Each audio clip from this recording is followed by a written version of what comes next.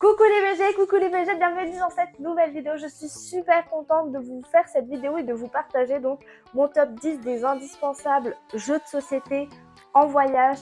Pourquoi ces 10 jeux-là Parce que comme vous pouvez le voir, j'aime beaucoup les jeux de société. Il y en a pas mal que je pourrais vous présenter dans d'autres classements, on va dire. Mais j'ai choisi ces jeux-là parce qu'ils sont compacts, ils sont rigolos, ils sont fun, ils sont faciles à apprendre. On met pas plus de temps à lire la règle qu'à faire la partie.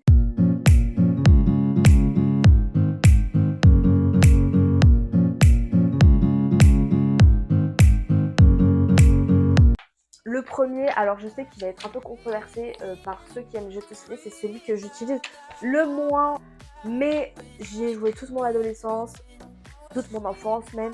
C'est un classique, un incontournable. On peut faire plein de jeux différents avec ce petit jeu.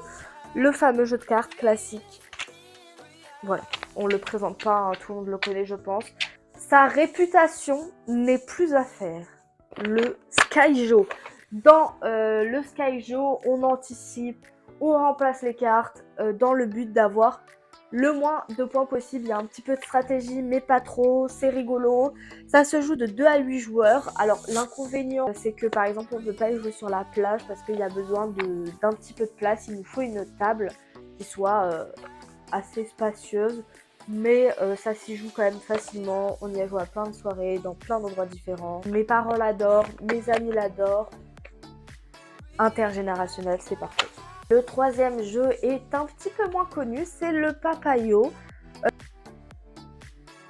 Le Papayo, c'est un peu comme une belote. Le but, c'est de mettre des cartes, on finit le tour et on doit se débarrasser des cartes et récupérer le moins de points possible.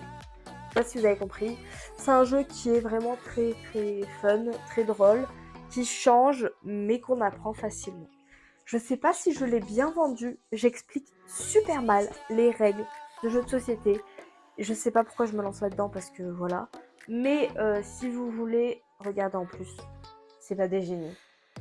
Ils ont mis un petit QR code avec une vidéo explicative. Ludo Chrono, il explique très bien les règles. Moi, c'est pas mon cas, je vous montre juste les jeux que j'aime. Un autre qui est entre la culture et la rigolade, le Timeline. C'est un tout petit jeu, comme vous pouvez voir, il est plus petit que ma main. Et ma main est très petite. Où il y a donc des cartes comme ça, avec des thématiques. Par exemple, on a la naissance des échecs et l'invention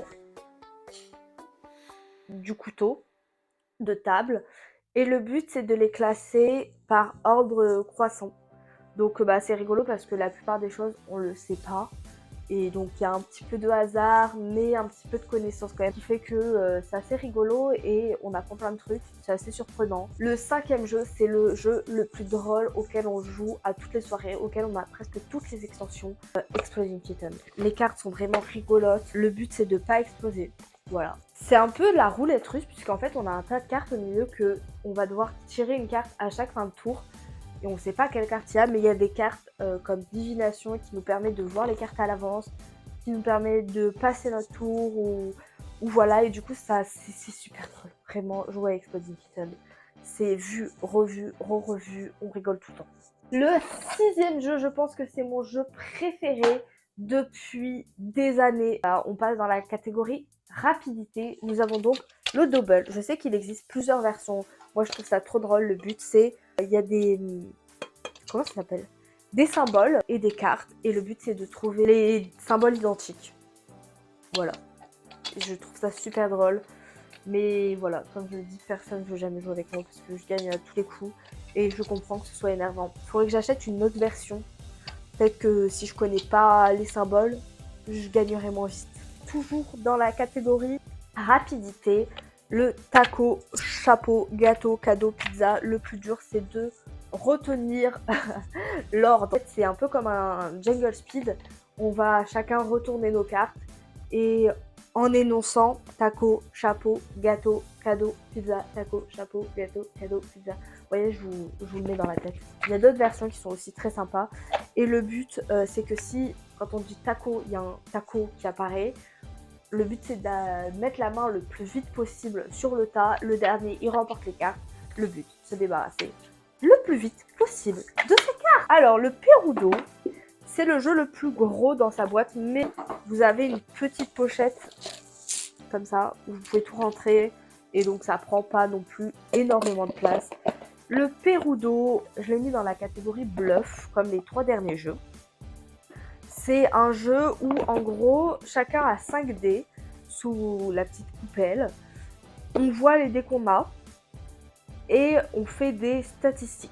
C'est-à-dire qu'on dit, moi par exemple j'ai 3-3, on est 5 joueurs, donc il y a 25 dés. Moi je dis qu'il y a 10 3 et ça se peut en fait j'ai pas de 3. Puisque les autres ils voient pas ce que j'ai. Et voilà, le but c'est de surenchérir et de deviner, c'est super drôle. Vraiment c'est très rigolo. Et il y a beaucoup de hasard quand même dans le jeu, mais c'est très sympa.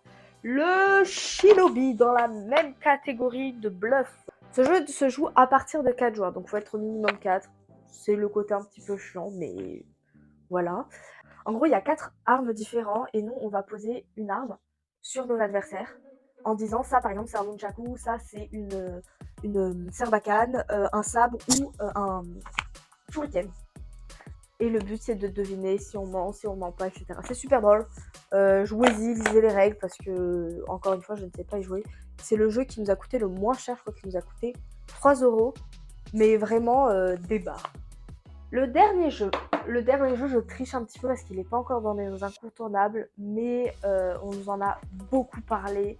On nous l'a offert à Noël. J'ai le plaisir de vous présenter Complot. C'est un jeu de bluff. De ce que j'ai compris, en gros, on a chacun nos titres et les titres sont des choses un peu comme un loup-garou. Ça a l'air super drôle. Ça se joue de 2 à 8 joueurs. Les parties durent 15 minutes. Je vous expliquerai bien plus, mais je n'y ai pas encore joué. J'ai très hâte de le tester. Les BG, c'est tout pour cette vidéo. J'espère que cette petite sélection de 10 jeux vous aura plu. N'hésitez pas à me dire en commentaire si vous voulez une sélection joueurs à 2 joueurs, des escape games qu'on aurait, mais on a un petit peu toutes les thématiques, des jeux plateau qu'on aime bien, voilà. N'hésitez pas, je vous ferai d'autres sélections avec grand plaisir. Je vous dis à bientôt pour une nouvelle vidéo. Ah, n'oubliez pas de vous abonner.